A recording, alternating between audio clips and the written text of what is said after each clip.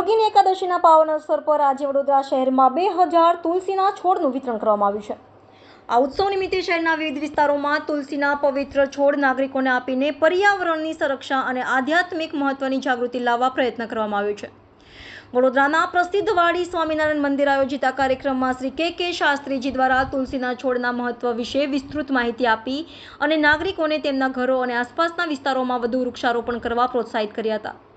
આ અવસર પર કોઠારી ઘનશ્યામ સ્વરૂપ સ્વામી અને પૂજારી પવિત્રાનંદજીએ કહ્યું, તુલસીના છોડનું આયુર્વેદમાં અને હિન્દુ ધાર્મિક અનુષ્ઠાનોમાં વિશેષ મહત્વ છે।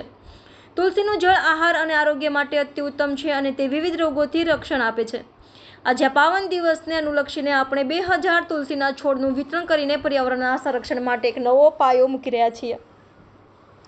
ઉપસ્થિત સંતો અને હરિભક્તો સ્વયંસેવકો દ્વારા તુલસીના છોડને વહેંચીને શહેરના વિવિધ વિસ્તારોમાં હરિભરી સ્થાપના લાવવાનો સંકલ્પ કરવામાં આવ્યો।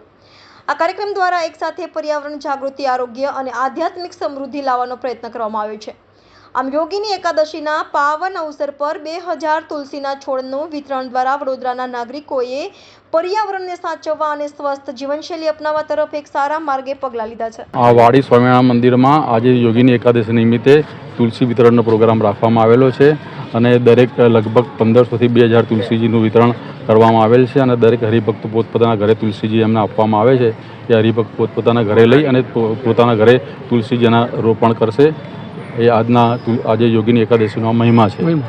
તુલસીનો શું મહિમા છે આજે વિતરણ કરવા? આજે તુલસી એકાદશીનો મહિમા એ છે કે આજે યોગીની એકાદશી છે, એમાં ભગવાન વિષ્ણુને તુલસી બહુ પ્રિય છે, એટલા માટે આપણે આ વિતરણનો પ્રોગ્રામ કરેલો છે।